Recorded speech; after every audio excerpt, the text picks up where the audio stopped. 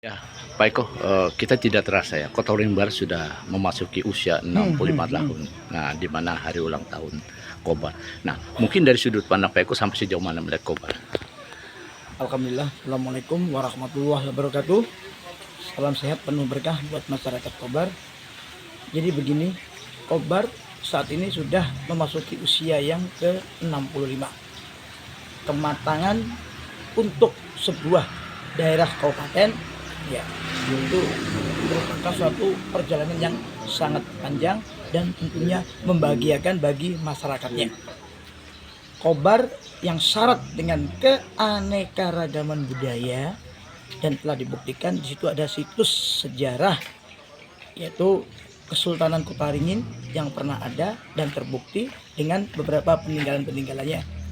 Nah, untuk itu Kota Waringin Barat yang betul-betul lahir dari komitmen perjuangan, lahir dari komitmen keterbukaan dan perasaan keikhlasan untuk integrasi dengan wilayah Indonesia, tentunya ini harus diperhatikan, utama dari skala prioritas pembangunan yang dipimpin melalui periode-periode kepemimpinan sebelumnya.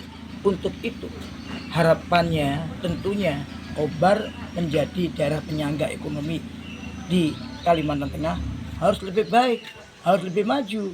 Artinya baik dan majunya suatu pemerintah kabupaten ini dimulai dengan gerak langkah sinergitas dari para pemimpinnya.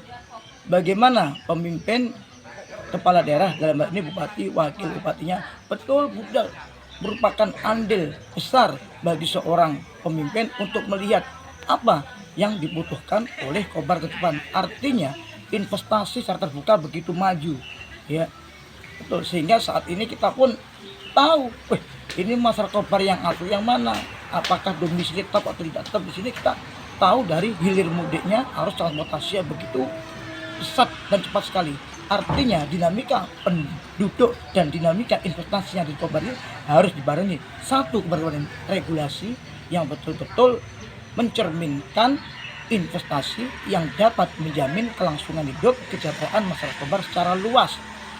Dua, masuknya arus budaya akibat keterbukaan Kota Waringin Barat yang begitu cepat ini ya harus ditopang oleh keterbukaan juga pemimpinnya untuk mengabsorpsi gaya kepemimpinan yang betul-betul relevan dengan perkembangan zaman. Kalau tidak, budaya yang sudah terbina sejak komitmen berdirinya Kota Waringin Barat akan menjadi punah dan pudar. Untuk itu, pemimpin yang baik, pemimpin yang bijaksana harus bisa menciptakan akulturasi budaya terhadap masuknya budaya-budaya yang mencerminkan kebinekaan tanpa harus mendesak dan meminggirkan budaya asli Kota Waringin Barat. Tiga, investasi yang masuk di Kota Waringin Barat ini mau tidak mau kalau tidak dijaga kondusivitasnya akan menimbulkan konflik. Apa? Konflik utama lahan yang sampai saat ini masih sering terjadi. Untuk itu bagaimana peran kepala daerah ke depan ini? Satu, untuk mengurangi ya terjadinya klaim-klaim tanah masyarakat dengan apa? Dengan menyusun peraturan daerah yang sinergis dengan peraturan perundangan tingkat pusat untuk mencegah apa? Untuk mencegah maraknya klaim-klaim tanah seiring berjalan dengan makin pesatnya investasi di bidang-bidang perkebunan, pertambangan, dan transaksi peralihan hak yang dilakukan oleh warga-warga non Pangkalan Bun. Itu harapan saya. Oke, mungkin sedikit Bang, kalau kita melihat dari cagar budaya kan merupakan salah satu pendapatan PAD nantinya ya, yang mana ini merupakan sejarah ya. Nah, bagaimana kira-kira menurut Pak Eko? Nah, untuk itu cagar budaya atau situs-situs budaya peninggalan itu harus disyukuri, harus dapat dinikmati karena tidak semua ya, tidak semuanya daerah atau wilayah provinsi, kota, kapan itu ada lintas sejarahnya, ada situs sejarahnya, jarang sekali ada karena mereka tiba-tiba ada ya karena peradabannya ini dibangun seketika akibat pembukaan lahan baru itu jadikan kota baru. Nah, alhamdulillah Kalimantan Tengah ini betul-betul yang ada situs sejarahnya yang sampai saat ini bisa dibuktikan di Kota Waringin Barat. Untuk itu kearifan lokal yang sudah tumbuh dan jadi di Kabupaten Kobar ini harus lebih dimaksimalkan lagi dengan cara apa? saya berkeinginan dengan Mas Rahmat Hidayat ini untuk betul-betul memberikan perhatian lebih, ya, memberikan perhatian yang betul-betul itu terpusat dan terpadu untuk, ya, mengalokasikan supaya kita APBD itu menjaga situs sejarah, menjaga tempat-tempat yang dulu pernah ada, ini akan kita jaga kelestariannya, ya, akan kita telaah kembali apakah kita sudah punya enggak perda yang menjaga kelangsungan kelestarian budaya lokal dan situs-situs peninggalan kesultanan.